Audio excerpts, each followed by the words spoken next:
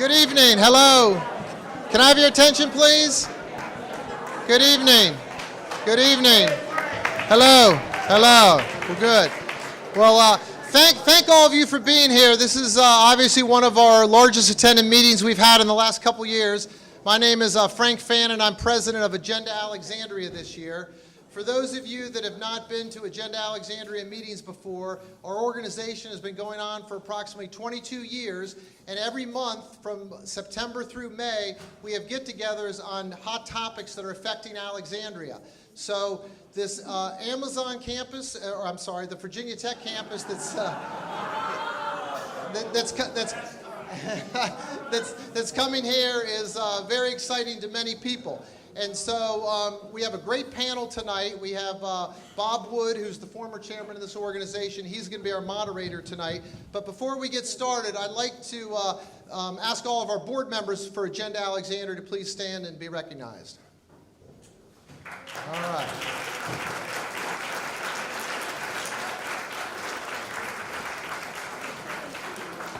And as many of you know, a lot of organizations need funding, and so we would appreciate if any of you that aren't members here tonight would consider joining. It's a $50 annual fee.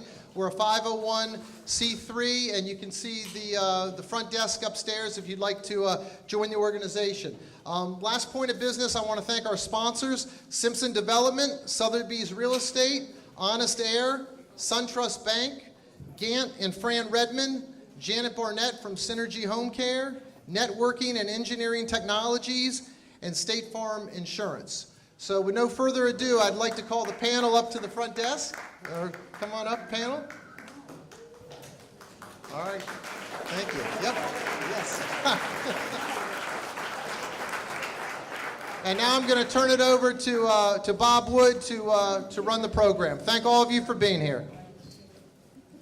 Thanks, Frank, and thank you, everyone. We've got a couple extra chairs, just empty about 4 chairs up here, if you'd like to take up a seat. Okay, our panel is with us. It's always good to see the plan come together. We're glad to be with you, importantly so. This is really our largest crowd I've seen in a while. Thankfully, I think it's the topic that is right nearby. It's about 1.5 miles away from us. The synergy between Amazon and Virginia Tech is obvious, but we're going to talk about it in detail. How it's going to work, how it came to be, what opportunities all of us see in that, what development issues there may or may not be, and how this plan is going to work over about a 10-year stretch as it goes from concept to reality. We have as well a representative, Amol here, from the Potomac Yard Citizens Association. So we have an inside view from the Potomac Yard, but we also have developer, the city, and our Virginia Tech campus director, vice director himself. You'll get the first shot as you explain it. Terrific.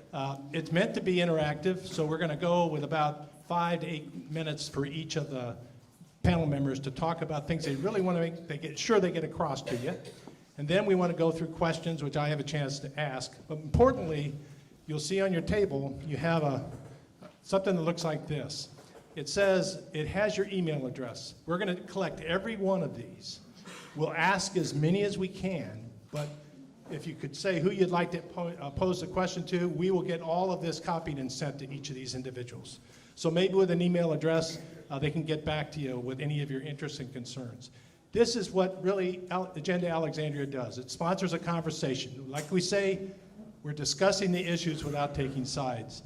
The opportunities, 21 years going on 22, proud of what we've been doing for the city, proud of what we can do for you, the citizens of the city, and presenting topics throughout the year. As Frank said, we present throughout the year. The next one, just so you know, our next topic is on the public safety, looking at our police and fire safety. That'll be in February. We're anxious to get that program on the street and its design. We have some good panelists. Can everybody hear this? First check? Okay. We'll keep pushing water to the back of the room. Thank you for those back there, and thank you for those who chose to have a meal. Hopefully that barbecue is as good as it smells. I have a physical tomorrow. I'm fasting tonight. So this is, don't eat cookies in front of me. It's just not nice. But listen, we're ready to roll. We've got a panel that's ready to speak, and questions from you.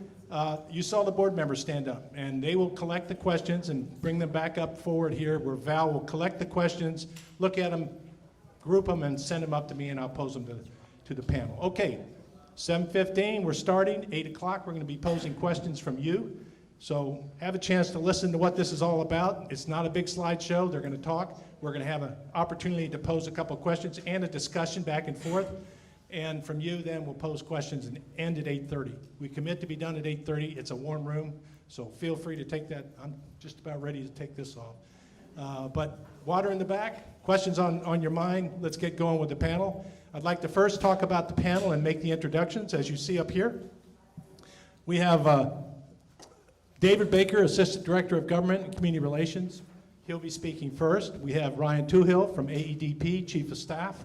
He's been following this program, working hard on it as it's proceeded. We've got Ms. Bailey Edelson from JPG Smith, the primary developer who's working in this small area plan in the north, plus I think more in Arlington as well. Can really look at it from that perspective. As I mentioned, Amol Vaidya is going to be speaking from the citizen perspective. Okay, nothing further to say on this end. David, it's up to you to open it up. Go for it. Terrific. So I think I have some slides. Yep, they're coming up. They're flying onto the screen as we speak.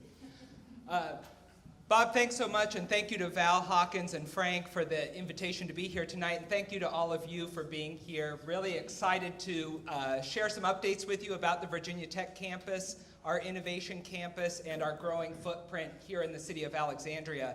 I came to Virginia Tech about 10 months ago from George Washington University, and one of the most exciting pieces about moving over to Virginia Tech is we have a long history of being here in the city. Our graduate school of architecture has been in Old Town Alexandria since the 80s, and we currently have 5 buildings in Old Town, and almost nobody knows about it.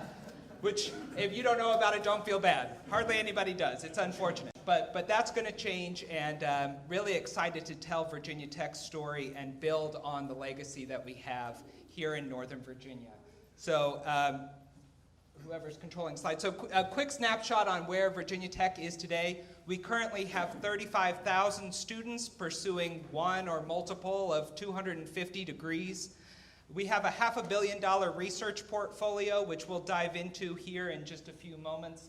We're a top 5 ranked school for STEM degrees in computer science and computer engineering. But at its core, Virginia Tech started as a military university, and so service is really a core element of everything we do, and I'm proud to say that we're carrying that underlying motto forward to this new campus and excited to expand on it here in Alexandria. Next slide, please. So the plan for an innovation campus and growth here in Northern Virginia started when President Sands came to the university about 6 years ago from Purdue. Actually, when he first started, he laid out a vision. He toured around the Commonwealth and said, you know, if Virginia Tech is really going to grow and make a larger presence, we need to focus our resources on growing in Northern Virginia. And he set a time horizon of 25 years to develop a new campus. And then all of a sudden, a little RFP drops from a small company that nobody's ever heard of called Amazon. And when that came out, the state very quickly read through the proposal and noticed that workforce and access to talent was going to be a major driver for Amazon. They were really interested in making sure they had that talent pool to be able to meet their growing needs. And so the state, in their wisdom, pulled together all of the presidents of all the public universities in Virginia and said, we're going to make a big play. We're going to go after Amazon to try and win this HQ2. Which of you universities has a big idea? And President Sands was the only, from Virginia Tech, was the only president to stand up and say, we have this big idea, but we have it on a 25-year time horizon. But if the state's willing to be our partner in it and help fund it, then we'll throw all those plans out the window and expedite it and be ready to hit the ground running when Virginia wins this RFP. We got 24 hours notice that Virginia had in fact won this project, and we've never looked back.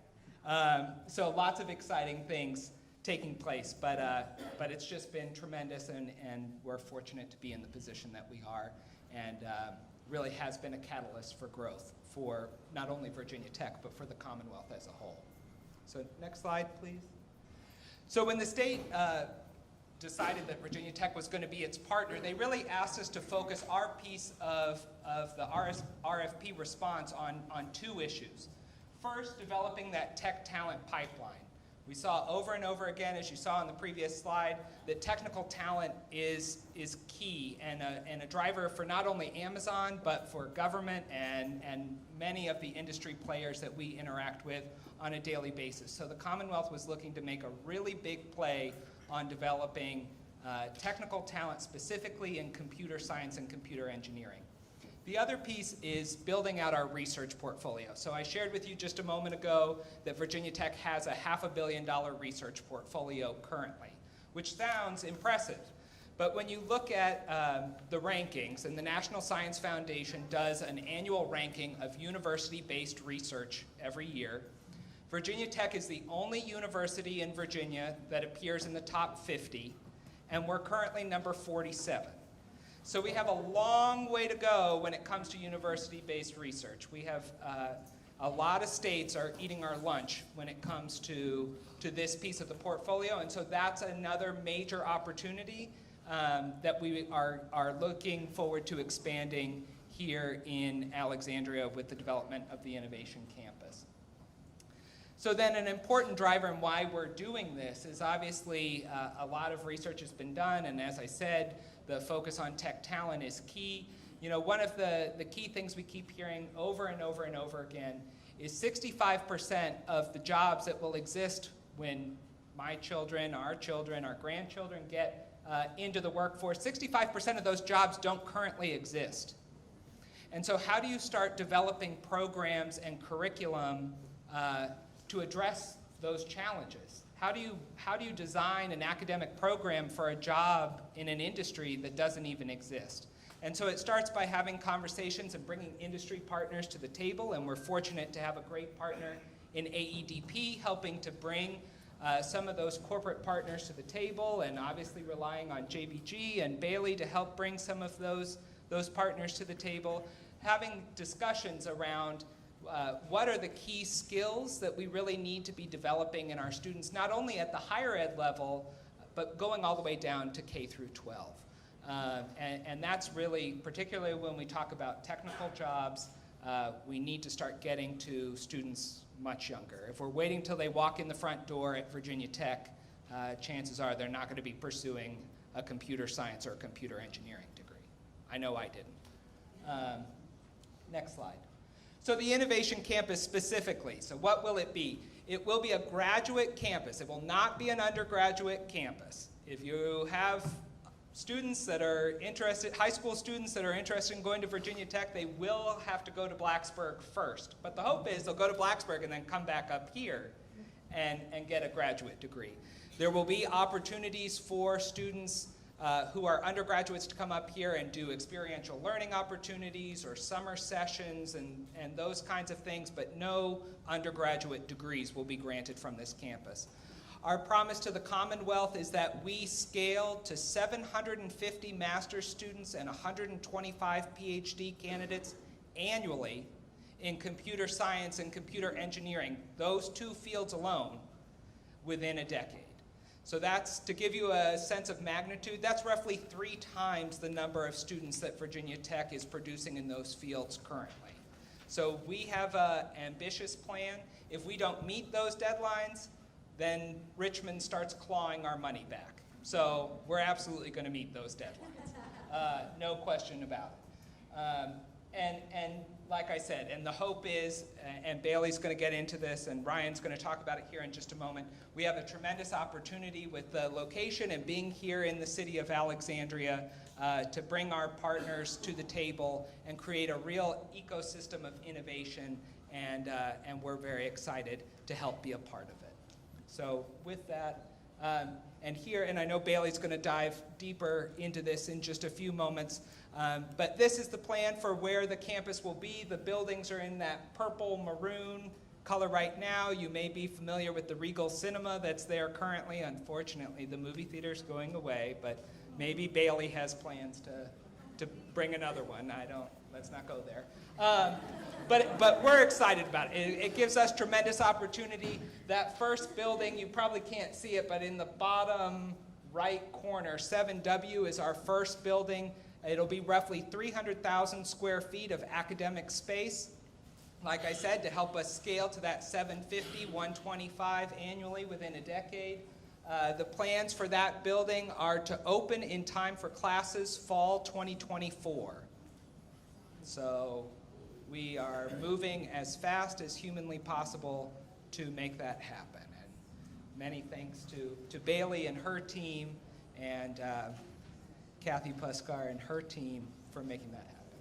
So with that, I think I've used up my time, so I'm going to turn it over to Ryan to talk a little bit more, but I look forward to hearing your questions. Just as we make that transition, thank you very much, David. 240 communities bid on this headquarters. It came down to 20, I think ultimately 19. This has been a program that's been worked in the city for a while. I mean, it just didn't happen. It happened with the last 5 years worth, as you pointed out. An eye on Virginia Tech, but also an eye on the potential for this whole Amazon Virginia Tech setup. I wanted to make sure I recognize. I saw Allison Silverberg, our mayor, up front, please, and we've got Del Pepper. I know, Ms. Pepper, did you? All right. So two of those who were pulling hard on all the efforts to make this happen.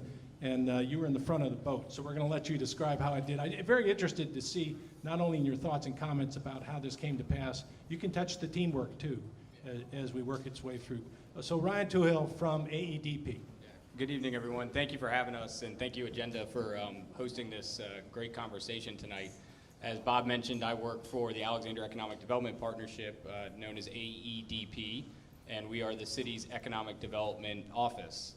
We're technically a nonprofit 501c6, but we're fully funded by the city, so we work very closely with the city government. And tonight I'm going to share just a little bit about how this project came together, starting with when Amazon released their RFP, and kind of talk a little bit about what the tech campus means to our development in the city, and then kind of overall what it means to Alexandria. So as it was kind of alluded to, this began back in September of 2017 when Amazon dropped a very public RFP for a second headquarters location in North America. And Amazon's decision to do that and make this a public process, which is not normal in economic development, spurred an absolute frenzy within the economic development community and resulted in 238 communities in North America proposing responses to the company. And so in Virginia, the way we worked was that we coordinated by major metro area. And so Hampton Roads had a team, Richmond had a team, and here in Northern Virginia, we had a team. And this set off unprecedented regional collaboration between Arlington, Alexandria, Fairfax, and Loudoun counties. We had never really worked together on a big joint project like this. We were partnered with our state economic development office, VEDP, and they were kind of the lead project managers, and then each jurisdiction contributed staff and people to help out with the effort. At ADP, at the time of when the RFP dropped, we were probably an organization of 6 to 7 people, so we had to reallocate a total of 3 staff members to this project, which paled in comparison to our neighbors. It is also important to note, and as Bob kind of touched on about the teamwork aspect of this, we had tremendous support from our colleagues in the city government. And as a former city employee, I can't be more grateful for the 75 plus people from the city, the schools, even Dash Bus contributed some people to help us, that came together on this project and dedicated hundreds of hours to what we were trying to do. So there was 3 major phases, and there's a timeline up here, and we can make all this is all public information, so you can find this online. I think Agenda is going to have the slides too, so you can follow along. But the 3 phases of the project started back in September, and it began when Amazon asked us basically asked communities to put forward their initial pitch. So we did that by putting together written and electronic materials as a region that really showcased all of our strengths, both in a global perspective or a regional perspective, and then as a local neighborhood down to the community perspective. So that went out to Seattle, and we waited for a couple of months, and then Amazon decided that they were going to pare that down to 20 finalist cities, and Northern Virginia was included in that initial cut-down selection. So that all happened, and we were all excited, but then they came back and asked us somewhere in the ballpark of 370 very detailed questions about our community. And that resulted in thousands and thousands of pages of written responses back to the company.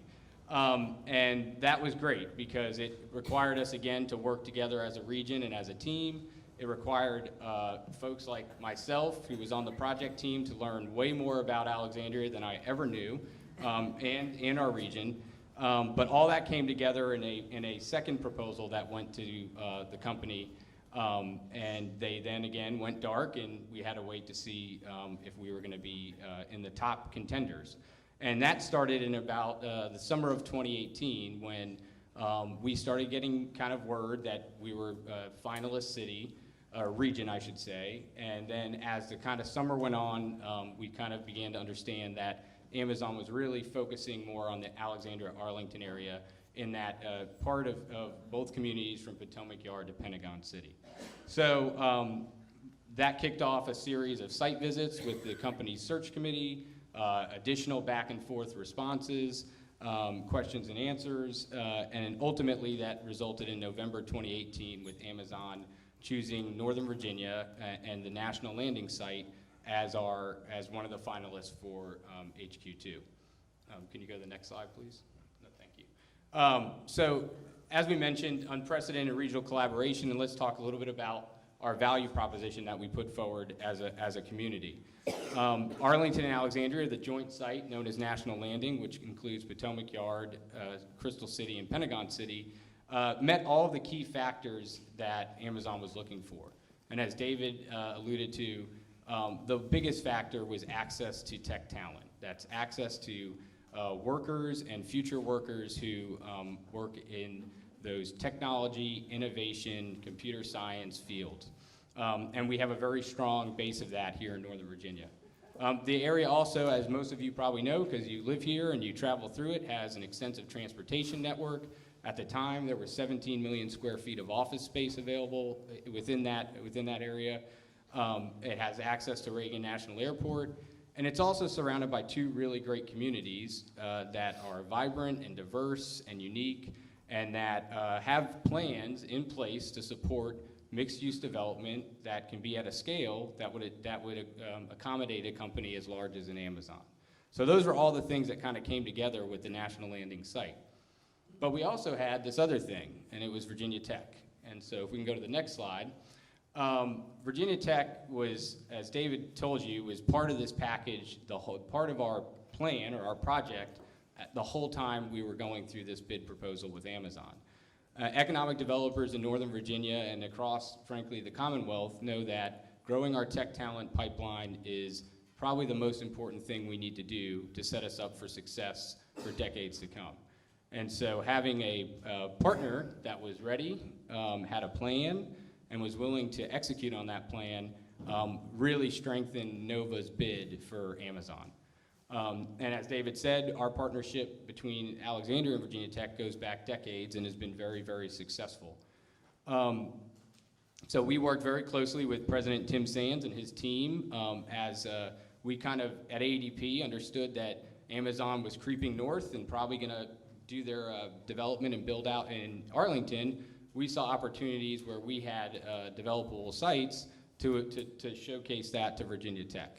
And fortunately, they agreed with what we were pitching. So now we have the Innovation Campus being part of this National Landing community in the Potomac Yard section of Alexandria. And then the final slide, I'll just kind of touch on three kind of points that we can go into detail if you'd like during the question and answer period. But really kind of the benefits we see at ADP of this project in this partnership with Virginia Tech is that once it's up and running and once David and his colleagues, well not you, but the actual professors, are graduating these students, that's something that Alexandria can be tremendously proud of. We're going to be the engine of workforce development for Virginia, essentially, for decades to come. And those graduates from the Virginia Tech Innovation Campus are not only going to fuel industries here locally, but across our region and across our Commonwealth. And the new research and discoveries from the new R&D programs and funding are going to just bring such tremendous new ideas and new innovations to the forefront that will support not only our local economy, but hopefully spur additional companies like Amazon to be created. Virginia Tech has also been a catalyst for development now in North Potomac Yard, helping to accelerate the North Potomac Yard Small Area Plan implementation. That's a big thing for us as economic developers, is to have a community-approved plan in place so we know, okay, this is the vision for this area, and this is what we now need to go out to do the work to attract the either companies or institutions or nonprofits to take on the office space in those areas, to bring the jobs that we want in our community. And so in addition to the students and the folks that will work at the Virginia Tech campus, we're going to be able to have, through increased development coming through the plan that JBG has put together, more opportunity to attract more companies to Alexandria and bring those jobs that we need, and it's specifically geared towards that 21st century workforce. And finally, just on a kind of a staff and team level, we're just excited about leveraging this awesome institution and asset that we will now have in Alexandria to kind of help grow our economy and grow economic opportunity for all Alexandrians. So we're excited about the years ahead and look forward to the continued partnership with Virginia Tech and seeing what comes forward. Thanks, Bob. Ryan, thank you. I think it's $1 billion and 1 million square feet is what they're investing here. Correct. And I don't know if you mentioned that, but I'm startled every time I think of that. And working with I am too. Yeah, you are too. But that's just a remarkable investment made in the workforce development.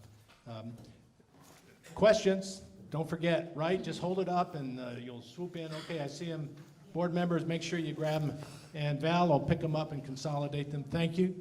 I appreciate that. And I also want to, so it's been going on since 2017.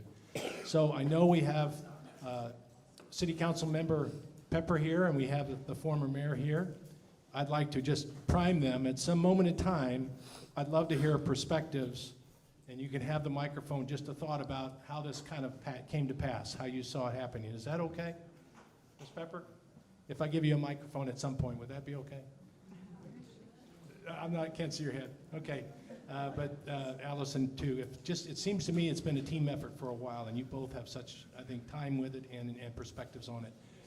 Bayla, are you ready? I'm ready, if you Okay, are. I'm ready. Let's go. Okay, All right. This JPG Smith. Thank you all for having us tonight. We're excited to be here and excited to be a part of such a wonderful, exciting project. I'm Bailey Edelson. I'm the Senior Vice President of Development for JBG Smith. We're an S&P 400 company. We own, operate, invest, and develop in the Washington region. We have been extremely active in Alexandria for a very long time, and have done a number of projects, so we're happy to continue to be able to work in this community and work with you all on this next project. We've been involved at this site since 2012. We're the development manager for the landowner in this particular project. So we have a long history with the project and are excited to bring Virginia Tech to be part of that and to make some adjustments to the planning process that Ryan alluded to, that's been in place for a long time for this site. And we think that Virginia Tech really fits in nicely with the plans that have already been part of the conversation for a long time.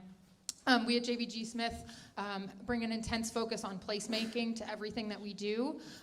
We are the developer for Amazon's new headquarters at the other end of National Landing, and we think that this is a really great anchor at the southern end, and will continue to help build out that ecosystem that both David and Ryan alluded to. And so this, it really brings an exciting new attribute to the region and to the city. to dive in a little bit more specifically to the site, to give everyone a little context on what we're talking about and where we're working.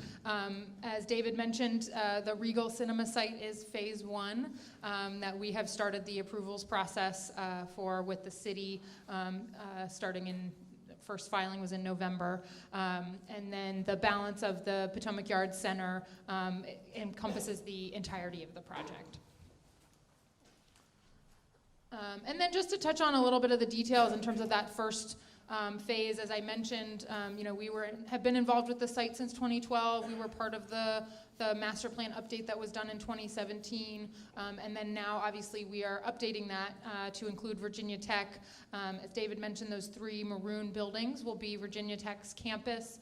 So obviously some changes needed to be made in order to accommodate them. Obviously, we needed to add their 600,000 square feet of academic use to allow them to build out their campus.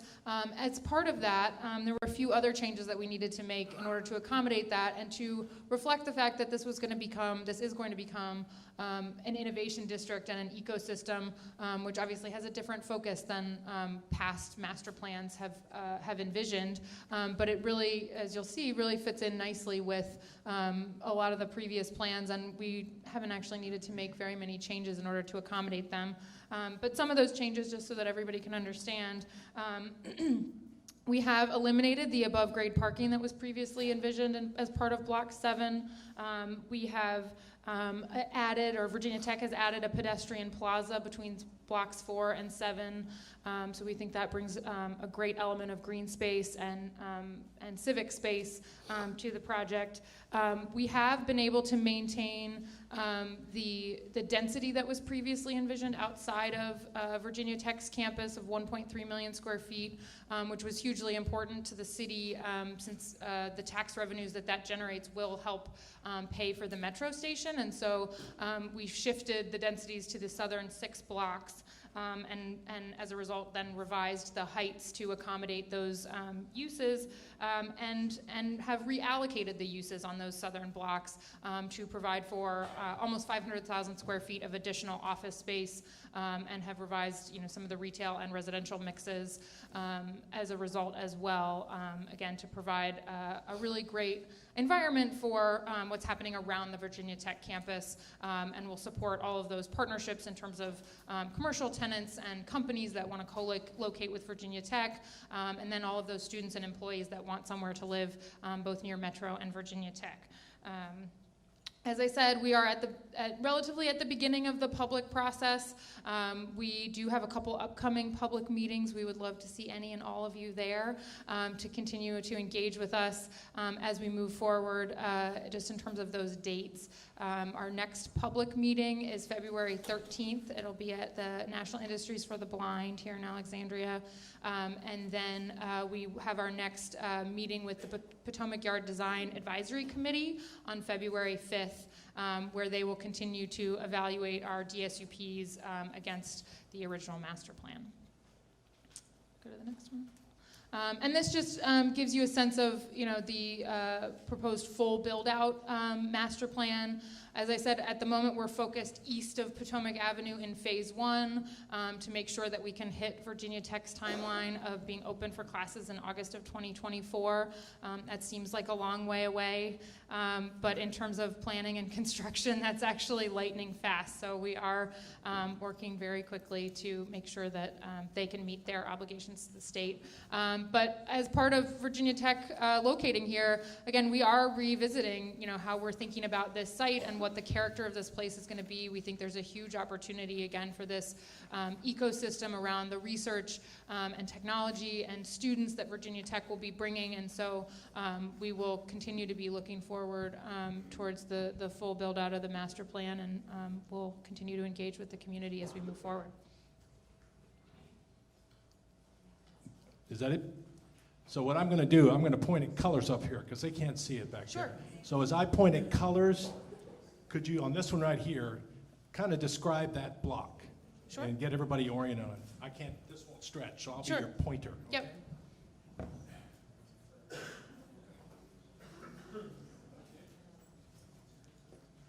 Those 3 purple buildings are Virginia Tech. The blue and those two buildings that Bob is pointing to are commercial office space with ground floor retail and commercial space. Beautiful stripes here. How tall are they? They range, we're meeting the FAA limitations. They range from about 85 feet to about 115 feet on our blocks. 85 feet is 7 to 8 stories, and then 115 is 10 to 12. That's FAA guide, FAA. Mm-hmm. Yeah, we're in the flight path. We know what the blue means, right? Right. Okay, how about these two big yellow blocks? Yellow is residential. The blue and yellow stripes that you see provide flexibility in the base master plan to be residential or office. Okay, and this, That's hotel. okay, so one hotel, and then what's this over here? Oh, I missed one key piece of the change that we needed to accommodate Virginia Tech. Originally, Block 4, where one of Virginia Tech's buildings was a school site with Alexandria City's public schools and the opportunity for co-location of affordable housing. In order to accommodate Virginia Tech's campus, we needed to move that use, so we're proposing to move it to Block 23 and have been coordinating closely with ACPS to make that happen.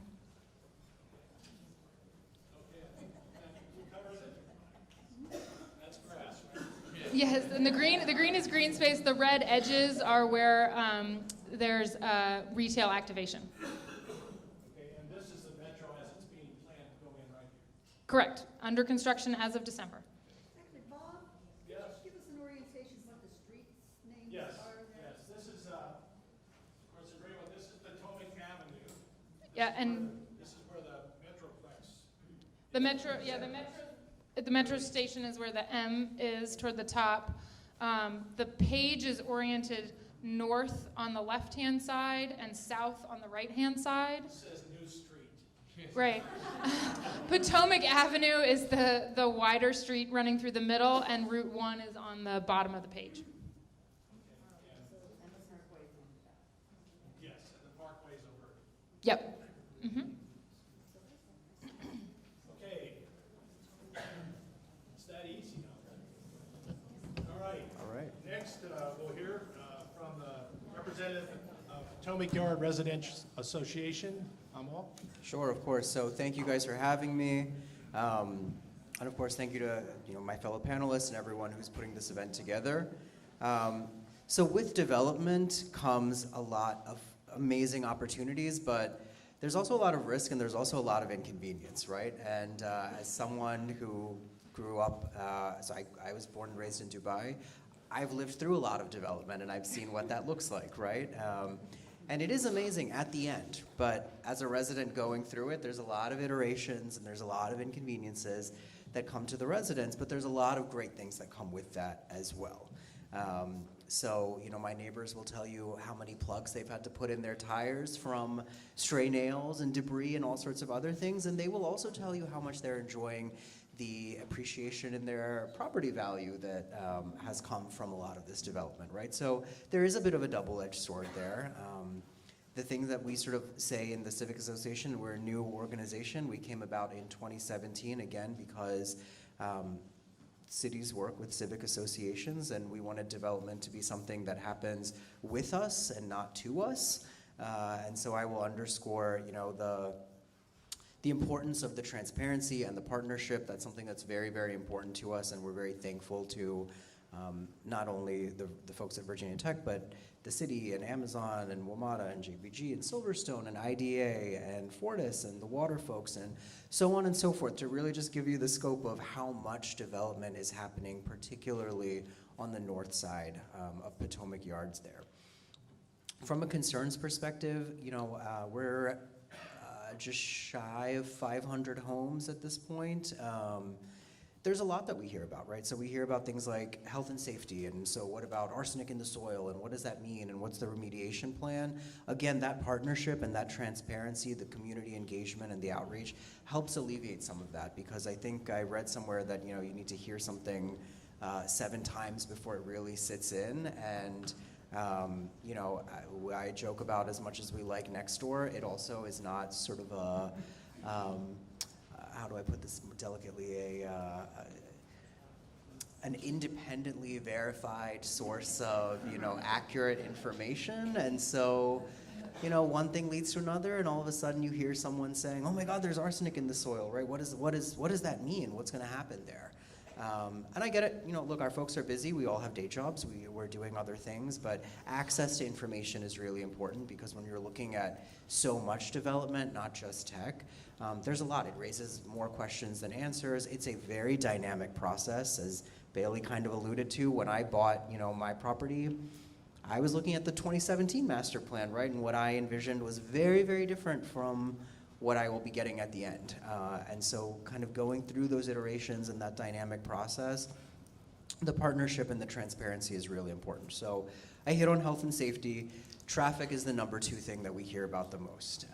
Not that, Northern Virginia is the gold standard of sort of an easy traffic, community by any means, but development is going to mean increased population density. It's going to mean traffic issues. Construction means a lot of traffic issues.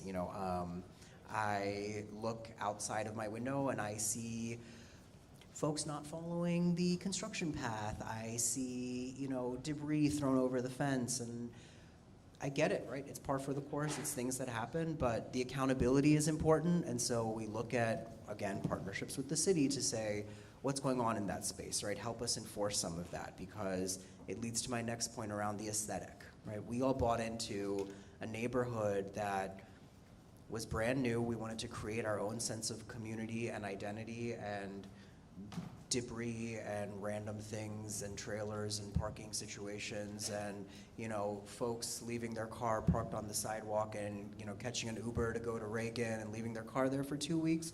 That's not great, right? Like, our community doesn't like things like that. Nothing to do with development, particularly here. But again, from a citizen's perspective, part of that more holistic approach to what does that mean for us? Who do we need to be partnering with, engaging with? What are the sorts of things that we need to be advocating for? So a recent win for us, there was a traffic calming petition that we put into the city. They came out, did the numbers, did the assessment. Great, we're making some progress in that space now. So, and then, of course, taxation. So the special tax district is gone for us. That's great, that's a win. We're so happy to hear that. But there's a lot of development there, and so what the financing of all of that looks like is important, because, of course, we don't want to necessarily hit our direct bottom lines there. And then, of course, the last thing that I'll hit on quickly, and I wanted to be mindful of time here, is so quality of life.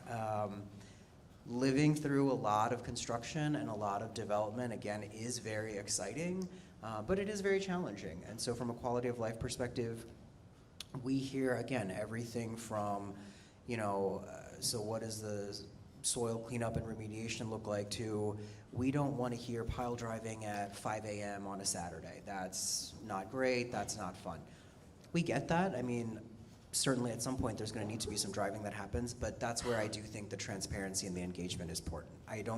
What we try to avoid, and what is really critical for us on the Civic Association side, is I say no surprises. I would rather hear bad news up front and be unhappy about it than wake up Saturday morning to cranes and construction and pile driving, right? That's not a pleasant experience.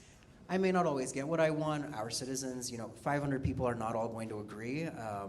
I will say, moving into this area, we have a very, very passionate and sometimes a very opinionated bunch. So building consensus is important. What some of that also means is we're not always going to agree. But we should never really be surprised. I think this is it's an informed community. It's a community that people intentionally bought into. And so when we look at these partnerships, we don't want to be surprised pleasantly or unpleasantly. We're just sort of a no surprises kind of stance from where we are on the development side. Generally speaking, this is a very pro-development community. We think it's great for opportunities for small businesses. It's great for opportunities within the community. We like the green space. We like to see development that's happening. Yes, of course, we appreciate the appreciation that comes with sort of the development and with the pipeline and the opportunities that come with some of that, jobs and whatnot. But again, I'll sort of reiterate that throughout this dynamic process, the partnership and the engagement is what we view as critically important. And as a civic association, there's 6 of us on the board. We all have day jobs, and so we look to our partners here and elsewhere to sort of say, community engagement, events like these really help get the message out, keep people informed in ways that we simply couldn't.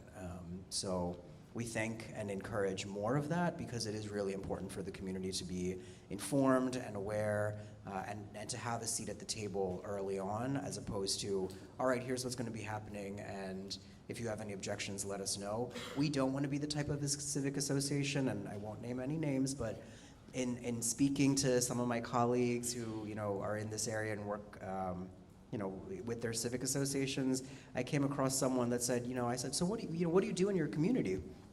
I said, oh, nothing. We collect dues in case we ever needed to sue the city one day. And I said, oh. I said, all right, well, is that something that we should be doing? Like, I don't know, right? And so then we... No. Okay, the quote's coming out of here. So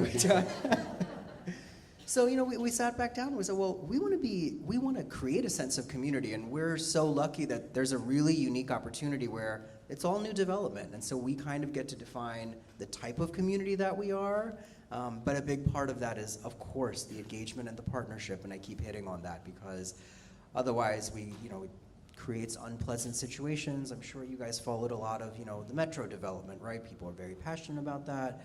What's going on in that space? Were we transparent enough or not? As of a civic association, there's a limited amount of what we can do, but definitely, bringing people to sources of information and access to information is a big part of what we do. So, Well, I think we heard no surprises, engagement, outreach, and you can take that. I'm going to ask you just, if you could, to touch that, how you intend to keep the community apprised. And I'm going to ask you, Amol, what you consider success? What does success look like, as they're going to explain how they're going to continue to engage with you, that the community feels that they're really getting what they wanted in that area? So let's start with Virginia Tech. How are you going to maintain communications here? Sure. So I think it's critically important for Virginia Tech, and it's obviously a priority for the university. I was the first hire made by Virginia Tech once this Amazon HQ2 and Virginia Tech campus was announced. So the university prioritized having a community liaison, somebody to interact, somebody based here in the community that's here day in, day out, interacting with the city and with the community. I serve on a number of boards and commissions now here in the city, which I'm really excited about. I have a great working relationship with ACPS and meet with them on a regular basis. So I lead our K-12 outreach initiatives here in Northern Virginia as well as part of my portfolio for the time being. We've launched, this past summer, hopefully some of you had a chance to come out to Future House, which was set up in Potomac Yard. It was our award-winning solar decathlon house. It won the global competition for net zero housing. It was set up in Potomac Yard. We hosted a neighborhood block party for neighbors to come out and share in that. I've also launched, thanks to a great partnership with Port City Brewery and Alexandria Public Libraries, a new event series called Tech on Tap.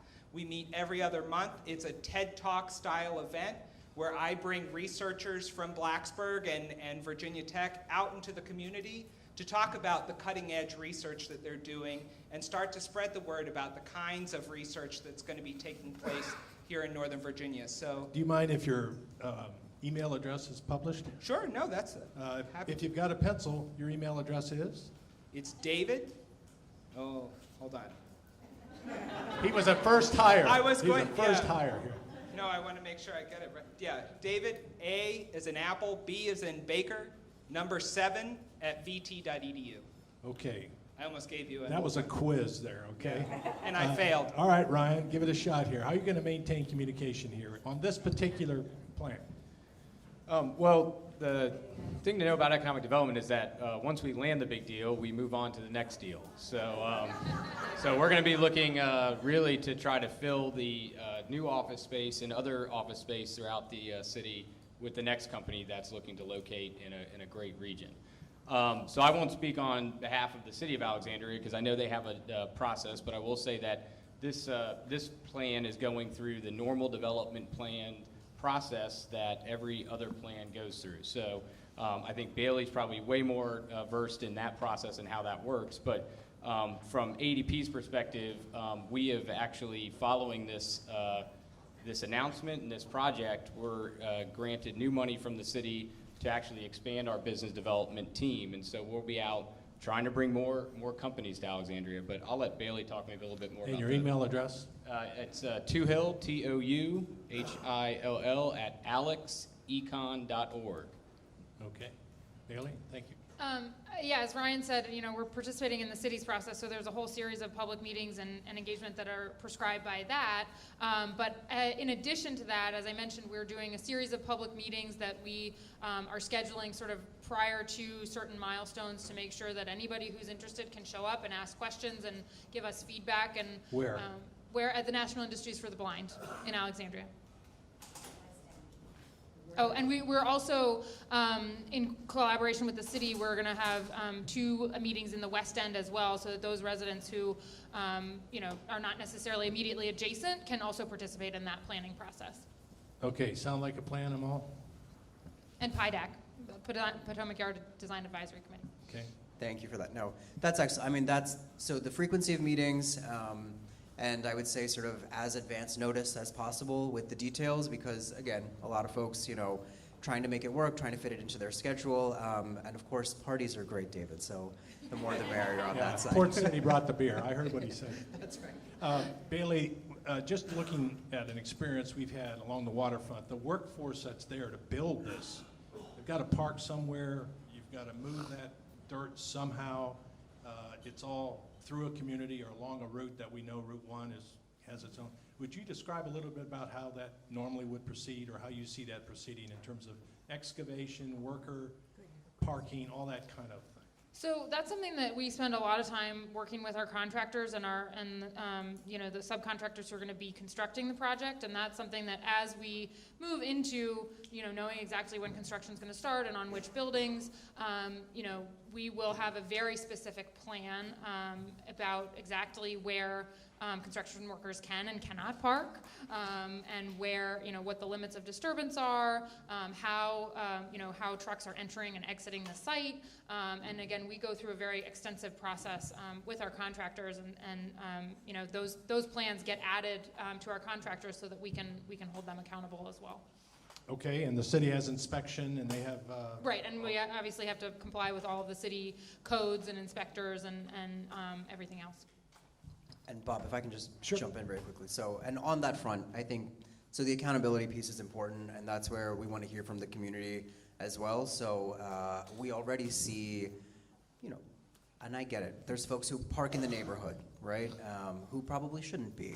And we hear from, residents who say, look, I know that this person doesn't live in the neighborhood, they park in the neighborhood, they're going to the site, they're doing what they need to be doing. We've been working with the city sort of to say, all right, we're trying to capture instances of that. We're trying to make sure that it's documented. We want those folks to be held accountable. And what I will say is the city has been very good about sort of reaching back out to us to say, okay, we're going to speak to someone, or here's what we're going to do about that. And it's early days, but again, we're sort of factoring in. Appreciate that thought. Ms. Pepper, did you have a thought on what success looked like? Come on up and share a microphone. Or speak about, if you will, this program and how you see it. Well, I'm really tickled to hear what it was like from your side, putting all this together. From our side, we had the city manager. But it won't stretch too much, so. I guess not. From our side, we had the city manager and our staff, and maybe Allison would like to add to that, to ask us if we would be interested in this project. Can you imagine that? It was like a unanimous, or just about that, you bet. We know a good thing when we see it. And I want you to know that we know that Virginia Tech has a presence in Alexandria because they have worked with our city before. and we have really, we knew the kind of work that they did, and we knew that this was really going to be a plus. Virginia Tech has a lot of cachet, as well as Alexandria does, and so we knew that this was a very good match for sure. And yes, I went to Arlington, and I have seen your models, and I don't know if you're still showing them, but it's very interesting. And they walked the distance to see how long it would take to get to the metro, is that it? And we know that Amazon was very interested in either site. And at first we thought, oh gosh, they're not coming here. And then we realized we didn't have to pay them $25 million to come. We thought that was pretty smart on our part. And what we got was this wonderful graduate school, as you have pointed out. Does it matter that I have a granddaughter? Not that I'm old enough to have a granddaughter, but I have a granddaughter who is in Virginia Tech, Blacksburg, of course. Anyway, I just wanted to say that one of the things that had been an attraction for Amazon, we knew that they were busy visiting our restaurants to see if we really were as good as we said. And they visited one of our political gatherings. I remember that. We all behaved ourselves. And I know that there was an attraction. I don't know about Virginia Tech, but I know that Amazon was very interested in some yard signs, and I wanted to show you those pictures. They say, spread kindness, build community, and that was just the kind of thing that they were interested in. They wanted a community that was caring and that was solid, and we were all of that. So with that, thank you. Thank you very much, Ms. Pepper. Oh, These yard signs that were just everywhere What? were mainly in Del Rey, and there were two. I had to say that after all. There are so many Del Rey people here. Anyway, and I know that Jen Walker and Sue, if you two would stand up or wave your hand or do something, were the ones that saw that this happened. thank you very much. Mayor.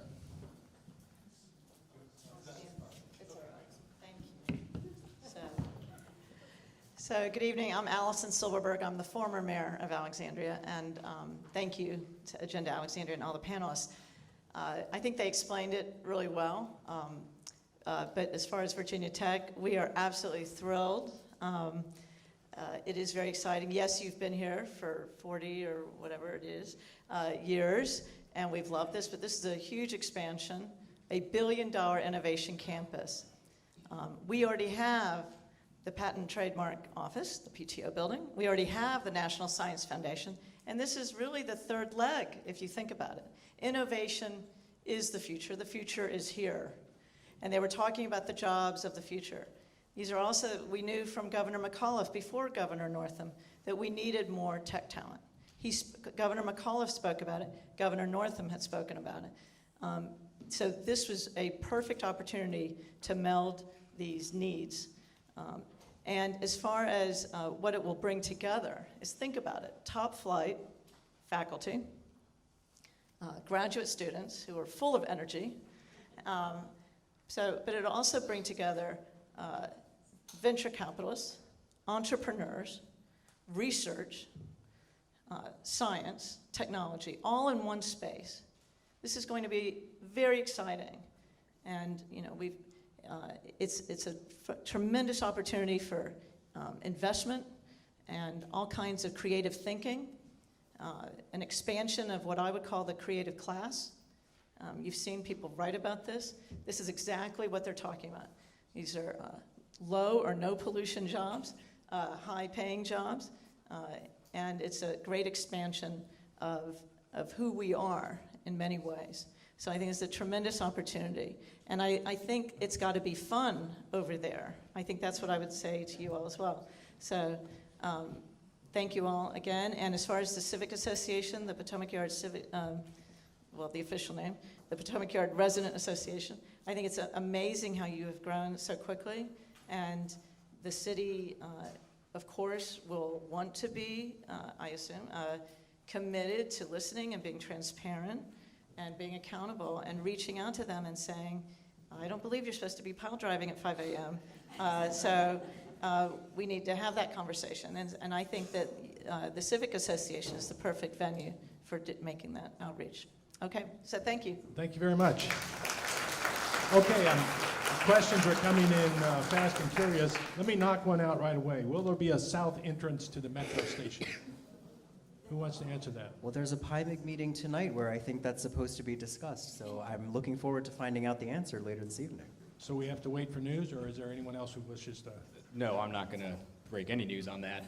But I will say that as part of the process and the investment package that the state put together to attract Amazon, ADP was able to capture $50 million additional dollars for that Potomac Yard Metro Station, and my understanding is correct, as what Amol said, is that that's being considered currently. So while you have the mic, hold on to the mic. We know that there's a retail area there now. We know that we're generating tax revenue. What's the kind of net as you see the new development against the current retail, against what's likely to occur? Is there some sort of ratio you're looking at, increase or what? Yeah, so I don't have the specific figures right now. We're actually working on an analysis of that will produce and be public later this year, later this spring, I should say. But generally speaking, Bob, when we talk about commercial development in the city, and when we think of that as office, retail, or hotel, for every dollar of revenue that is generated from that use, 88 cents to 93 cents of that dollar goes back to the city's general fund to fund things like schools, public safety, and roads, and so on. So these are really great uses to have put in place, because then they actually generate more tax dollars than they require in services to be. So we see that as a very big positive, as we've seen the site plan come out from JBG Smith, which, as Bailey mentioned, kept the amount of density and square footage that was initially planned for, and we're also excited about the adding of the 500,000 plus square feet of new office. So the ratios, those are the ratios that we use when we evaluate. But you have an eye on that, obviously. Yes, sir. Okay. I wanted to ask a couple things. Affordable housing, Bailey, what could you kind of describe? We've had a lot of discussion in the city about affordable housing. I didn't see something specified as such, but could you please address affordable housing in the area? Sure. Well, obviously, we are well aware of the city's affordable housing policies, so we'll be complying with those. I think some of the exciting opportunities for this site, as I mentioned, the Block 23 site where we've located the school, there's a great opportunity for co-location of affordable housing so that we can bring online units at the same time that we're making those contributions to the city. And I think in terms of affordability across the board, it's something that we're very focused on throughout National Landing. And what we see is that bringing on additional supply at basically all levels is critically important to improving the affordability, because if we're not also bringing on units at the highest levels, then people who are making more income, which again we're hoping is what the Amazon coming here will drive, will be sort of pushing rents higher in older product. And so, as we want to be bringing on supply sort of across the board, both from, the highest levels of need in terms of affordability through workforce and through market rate supply. In that whole build-out? Right. In that build-out. Will there be student housing? I'm sorry. Let me let Bailey. Well, Virginia Tech's campus does not have any student housing. We have not planned any specific student housing, but what we find is that often when we bring a range of multifamily units online, that those often serve as great housing for a whole range of graduate students, in addition to anybody else who wants to live here. Yeah, and so building on that, going back to the partnership, and JBG and Bailey have been great partners, and so part of the exercise of what we're doing with them is really educating them on the needs of what graduate students, and not only our students, but our faculty members, visiting faculty members, and staff will need in terms of housing. So because they are graduate students and our primary audience is an older population, these might be students that are coming with families. They may still be single. It's a whole wide range, and so we're able to leverage the data that we have from Blacksburg and some of our other campuses to help inform and guide discussions around what our housing needs might be once we're up and running. Yeah, and we absolutely, are working closely with Virginia Tech to understand what their needs are. We also view this as a regional destination, so we're looking at what the needs are sort of across the population and how we can, there's a lot of units here, and so how do we differentiate that and provide a range of product types that serve a range of needs. While we're speaking of need and requirements, a question from the audience: what are the opportunities for small minority businesses to participate, and how do you see opportunities being advertised? I guess I'll ask that to both of you. Yeah, I can talk about it from the development aspect. From the development aspect, we have an in-house commercial leasing team that is very focused on bringing basically any tenant who would like to come here. And then obviously we're out in the community on the development side and having conversations, working closely with AEDP to the extent that they're identifying tenants that want to locate here. So I would say it's through a range of channels, but we are very excited to have anybody who wants to be. It occurs to me I didn't ask for your email address. It's BEDELSON@jbgsmith.com. B, once again? EDELSON. All right. B Edelson. B Edelson at JPG. Okay. Okay, I appreciate it. Let's dive into transportation, parking, and all those fun issues for a moment here, because you can just imagine the amount of traffic in construction traffic, workforce traffic, faculty traffic, et cetera. Let's start AEDP. What transportation studies do you foresee or have been conducted? I think there's 3 intersections. Everything has to pass through there, maybe more. But it's going to be tight. And obviously across the timeline, you must have worked out at least an idea of how that flow will work against that constraint. Well, we actually don't do the analysis of transportation and transit projects. That's more done during the development process or the small area plan process. But what we were able to do, Bob, during the bid is work with our state partners and our regional partners to secure hundreds of millions of dollars in investment from Virginia and local, pairing that with local investment to make transportation improvements. I'm not a transportation planner, so I will tell you what I've read, which is publicly accessible. Those are things like additional funding for our Potomac Yard Metro Station, which helps to take cars off the road by increasing capacity at our metro stations. There's money to support projects related to the Metro Way and expanding dedicated bus lanes. And there's other things, money for intersection improvements. That's all available on our website, on the hqnova.com website, where you can read about what those investments are.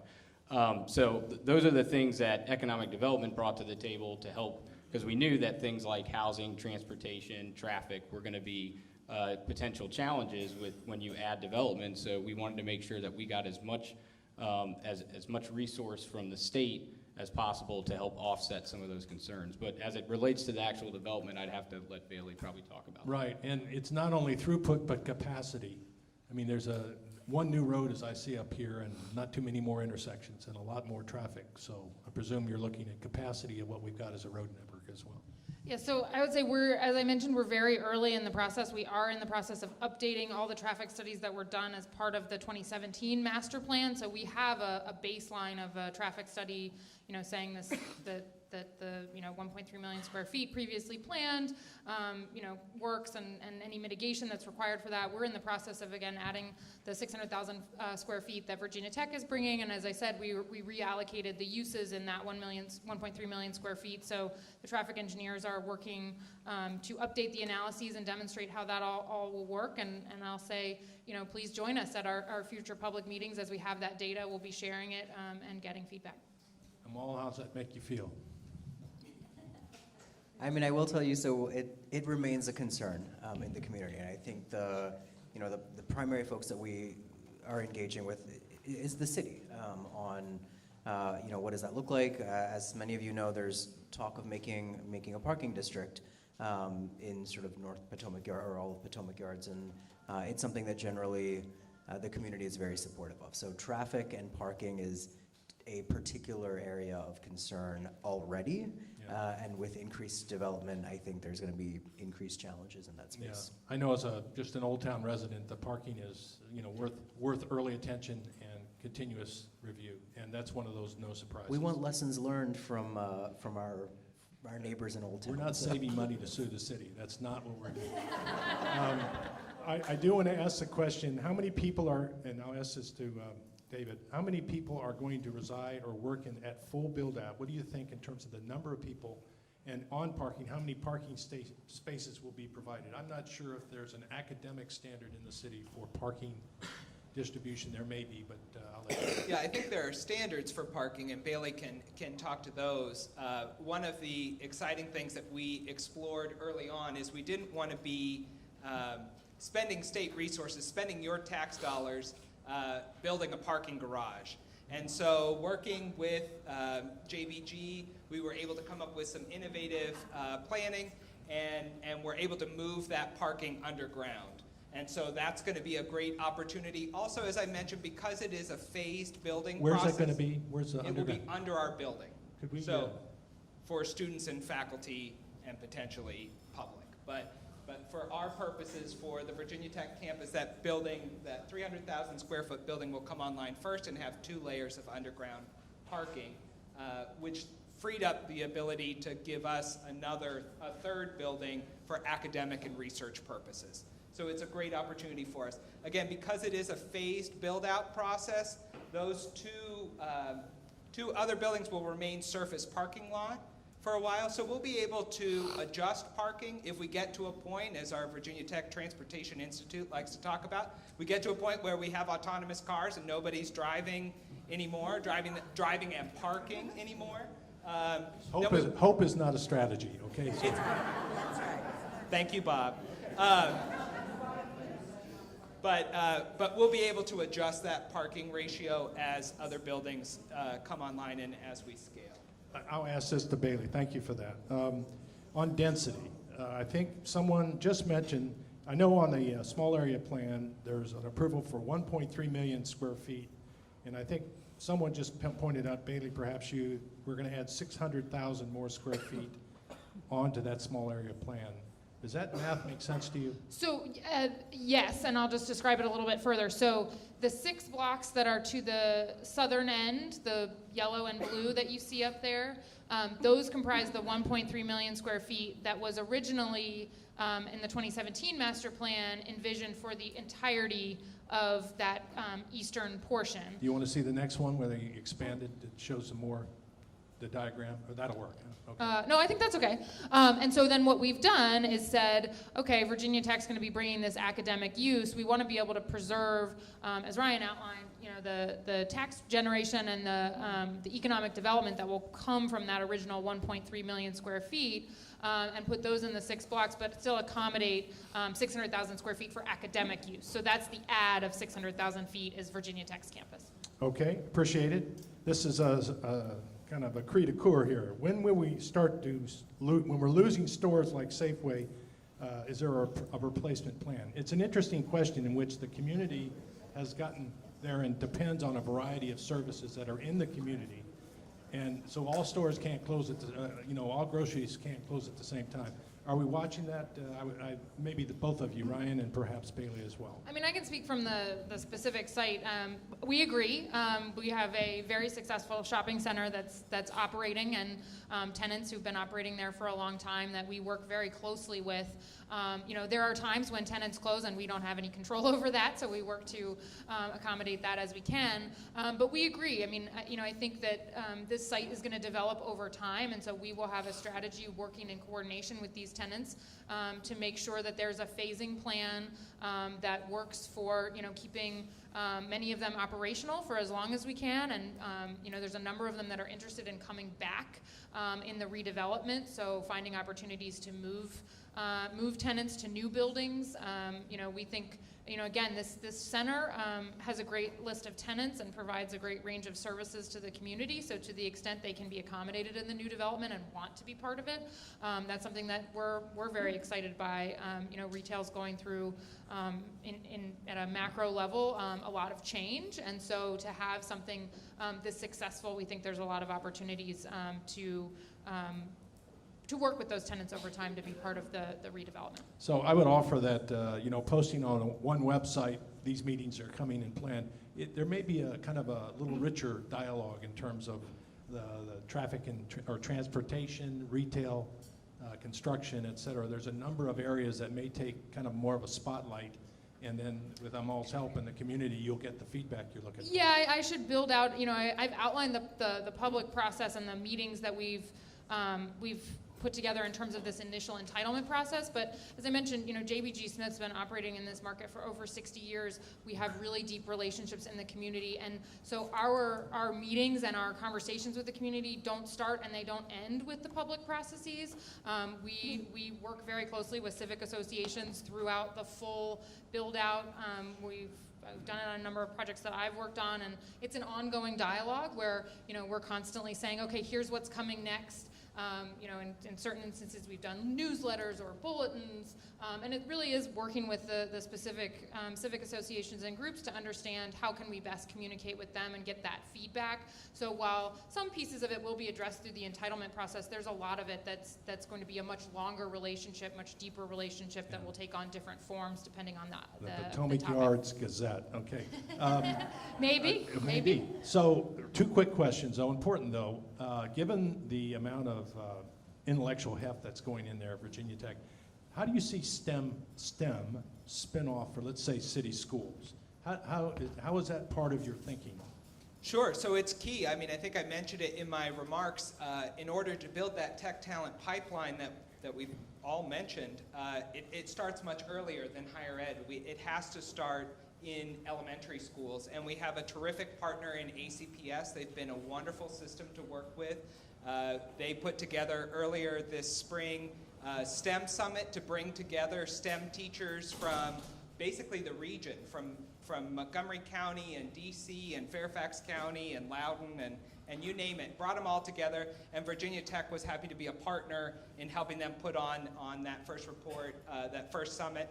And we had a faculty member who was the keynote speaker for those teachers. So I have the pleasure of chairing ACPS's STEM Industry Advisory Board. So I'm working hand in hand with them to bring industry players to the table to take a hard look at ACPS curriculum, starting in elementary school, going all the way through high school, and making sure industry has a voice in what that curriculum looks like and how we might be able to adjust it to meet these ever-changing Do you see needs. some mentor programs?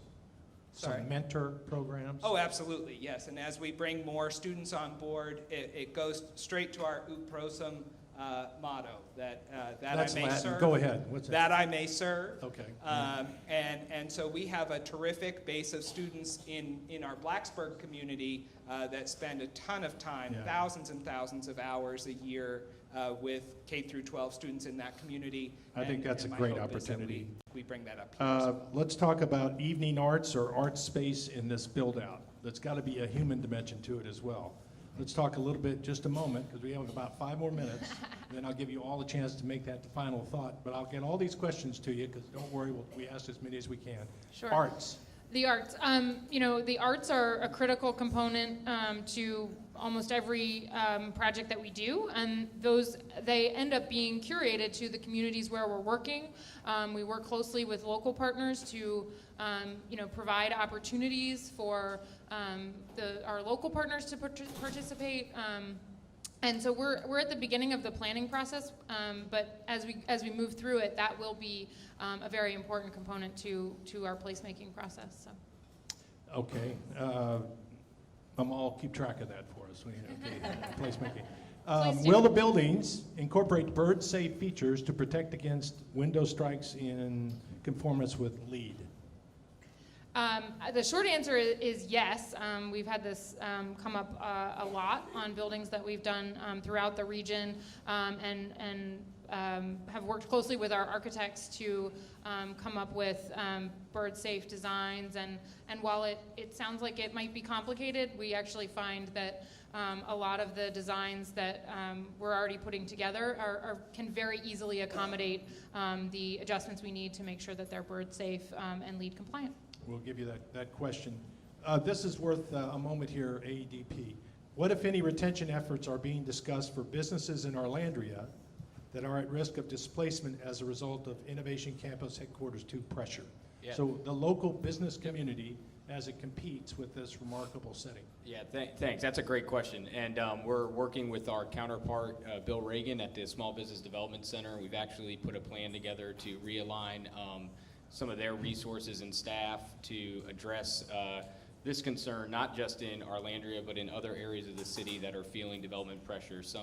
There's development on the west end, and there's development in other areas. So we are working with Bill and his team, and we've actually, I hope the councilwoman's still here. We got a budget request in this year to put a little bit of money to that. So if everyone wants to go to the budget hearing on our behalf, we'd appreciate that too. But it is a concern of ours, Bob, and we're marshaling the resources to address it.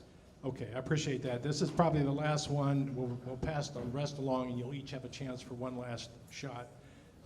With the rise of scooters, e-bikes, hoverboards, and whatever else might arise next, are you considering developing sidewalks, paths, and streets that do a better job of accommodating these emerging forms of transportation? Bailey, I'll go to you, and I'll add the student side of it here too. Yeah, we are acutely aware of all the range of multimodal transportation options that are here today. We spend probably more time than you could even imagine thinking about streetscapes and how do we right-size them for both the features of the street and what it's intended to accomplish. You know, there are some streets that are intended for service, some streets that are activated by retail, some streets that handle higher traffic volumes, and so the street dimensions of each of those take on very different characters depending on what we're trying to accomplish. And so I would say in all of the streets in Potomac Yards, we will be thinking about how to accommodate all range of multimodal options, again in furtherance of trying to get more people out of their cars and make it easier to get around and access all the wonderful features of the community. Connecting to the 500 residents who are down in the south. Absolutely, absolutely. Okay. We want them to be able to get to us as well. Yeah. So our students like scooters, for the most part, from what I can tell, being down in Blacksburg. But like the city of Alexandria, we are currently in the middle of a scooter study on campus that started during the fall semester. It'll run about 18 months. We have a fleet of scooters on campus in Blacksburg that are all geotagged. And a number Are they orange? Are they orange? hopefully, Okay. hopefully orange and maroon, of course, all things, with a big turkey in the middle of it. Hokey bird. No, but anyway, but we're able to. We're gathering data right now on how those scooters are being used and where they're being used. During class transition times, those scooters are non-operational on the main thoroughfare, so that students aren't being run over by scooters. And so we're learning a lot of best practices and leveraging research that's taking place in a number of departments and schools. So we have everything from our helmet lab, studying how collisions, when they do happen, are students wearing helmets and what kind of injuries are they having, down to the Transportation Institute, like I talked about, is kind of overseeing it and understanding where those scooters are going and the limitations. So it's nice to have a university that can do some research on problems. Yeah. Yeah. And Well, I was going to add and say, one of the things we are really excited about being partnered with Virginia Tech is that, with the Transportation Institute and the researchers that they can bring, we think that there's real opportunities for this to be sort of a test bed for new technologies, new innovations, especially around transportation, just given Virginia Tech's historic pioneering and leadership in that area. Great. Okay, Ryan, last thoughts, and I'll peg my way through this. On scooters or just generally? Generally, Well, speaking from AEDP's perspective. Yeah, we hopefully it came across tonight that we're very excited about this project. It was a real honor for our team to work on something of this scale and magnitude, not just as ADP, but across, like as I mentioned, our whole city. Since this project is kind of on our end completed, we've been moving on to figure out what's next for Alexandria, and so we're excited, and we have new resources and teammates in place to kind of go out there and capture the next company that can help grow our economy. And so we look forward to, we welcome any thoughts on that. We're always out looking and trying to help our existing businesses, bring new businesses to the area. So if you have leads, feel free to email them to me. But thank you again for the time tonight, and appreciate the opportunity to hear your questions and concerns. Thank you, Ryan. That was one of the questions, what new businesses are looking into moving, not now, but okay, let's start. David, last thoughts? Sure, no, I would just echo what I started with. We're really excited to continue our growth here in the city. The city's been a terrific partner. We look forward to many, many more years of partnership. And you know, what's kind of unique about partnering with a university is this is a long-term investment. We're fast tracking to build a building in time for fall 2024, but we have a 100-year plan. We're planning to be here for at least a century. So it'll long outlive me, which is exciting, and we hope everybody shares in that excitement, and we hope to find and create opportunities for all of you to come and engage either on our campus or with our faculty and students. Okay, thank you. Bailey? Yeah, I mean, I would echo all that. I mean, we're excited to be part of the southern anchor of National Landing and bringing Virginia Tech and being partnered with them. We have a long history of partnership with the city and are excited to continue that, and excited to continue our conversations with the Civic Association and the residents and all of you as we go through this process. As you've probably heard, we are at the very early stage, though a lot has gone into getting us here. We have a very long way to go, and so we really look forward to having all of those conversations as we move forward and getting your feedback.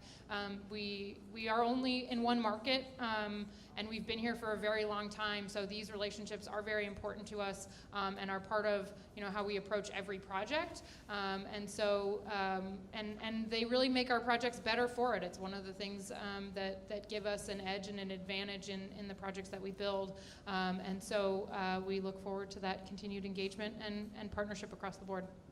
Thank you very much, Bailey. Amol, you've got the last word. Sure, and I'll echo what I said in the beginning and what my fellow panelists said here. From a resident's perspective, we want the engagement and the communication to be proactive and not reactive. So whether it's scooters or bike lanes or construction schedule updates or what's happening on the development front, the better informed we are, the more able we are to make informed decisions around what sort of community we want to be. And thank you to everyone who puts together events like these, because it gives us an opportunity to engage with one another and with our development partners here. So thank you. What do you think? All right. We've asked them to stick around, and if you have a question or two, feel free. Frank, you have some closing remarks.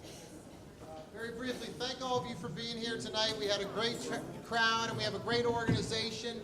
And like Bob said, thank you, Bob, for running this panel. Let's give it a round of Bob. I think he did a great job here tonight.